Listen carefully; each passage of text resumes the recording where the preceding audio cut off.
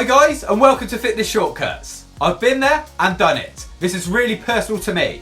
How to put weight on and gain strength at the fastest ever rate when you start in your first months or years of training. This works best with lads and girls starting between the ages of 16 to 23, still going through adolescence. Some gyms may let you start younger. Okay, I'm going to run through the 3 main factors you need to stick to for gaining results in the quickest time. This will also give a great platform for training for the rest of your life, changing you into a fitter and healthier human forever, especially on the strength side of things. There are 3 equally important steps: overload, technique and diet. I'm quickly going to explain what to stick to and why we will do this. Without these 3 together, your gains will be limited, although together we will see results instantly. I'm going to start with overload. So overloading the weight on your muscles is going to increase your strength and cause the muscle fatigue we desire. Engaging our fast twitch muscle fibers, which are key when it comes to muscle strength and size. A perfect way to prove why we are doing this is, say, a human that can lift 300 kilograms, for example, is always going to be bigger than someone that can lift 100 kg.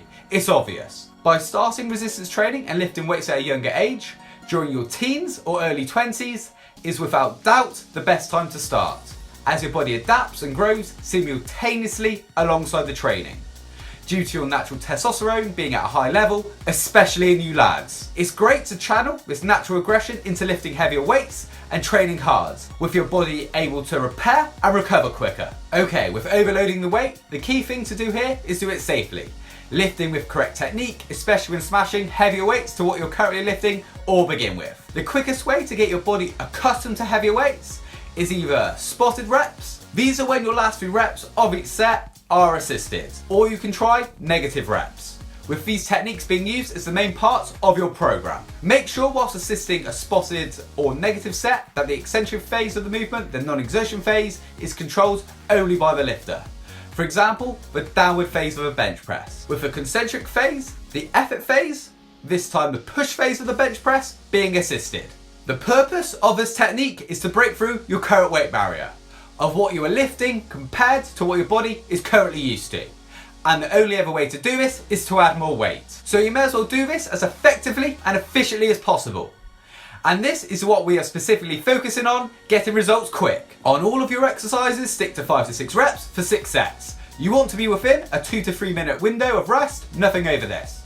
The longer rest you have, the fresher you will be. However, you want to target and engage as many fast twitch muscle fibers as possible. So having a long but limited to 3 minute rest is key to targeting this at the fastest rate of progression. Always have total focus on your workouts, no distractions, try keep talking until after the gym. Repeat this on all of your main compound movements, multi-joint exercises throughout your training programs. So your squats, leg press for legs, bench press for chest, seated rows for back, etc. Depending on your session, if you're training single muscle groups, split opposites or full body.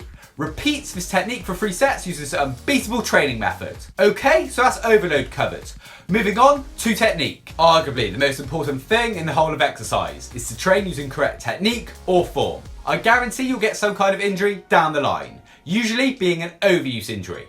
But I've seen this in the past where people have badly injured themselves through poor form of an exercise, from muscle tears to slipped discs in the vertebrae. I'm not trying to scare you guys, but you need to be aware. We need to make sure for starters we're always maintaining a full range of movement. On heavier reps, working the whole muscles evenly, with your limbs in correct alignment. Like I've already mentioned, a big part of fatiguing muscles is controlling the eccentric phase of the movements, the non-exertion phase.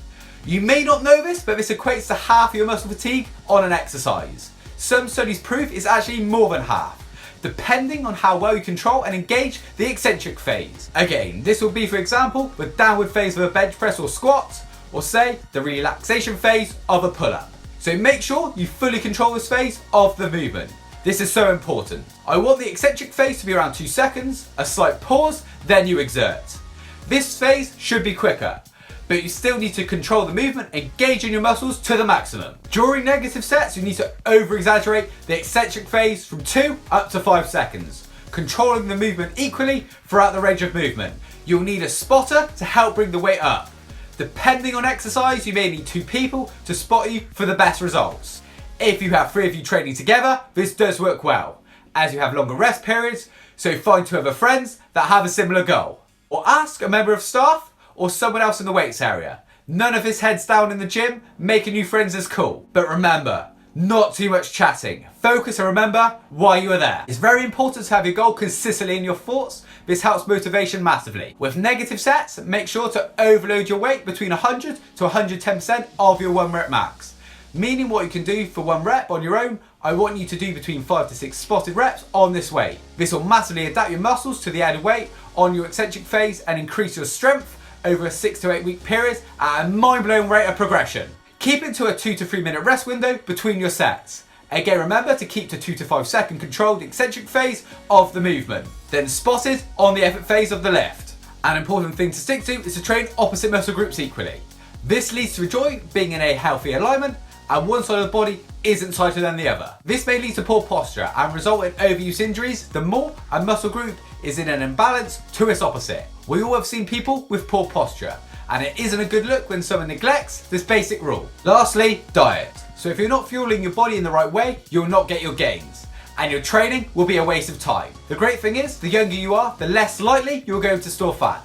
However, we do kind of want to encourage this as it will help feed your muscles with the energy to grow, especially if you currently have a low body fat percentage, meaning you need to eat slightly more food than what you use. The higher amount of calories used whilst training, the more weight we will be lifting, and in turn, increasing muscle size. A big pointer, smash calories into your system within 30 minutes to an hour prior to working out.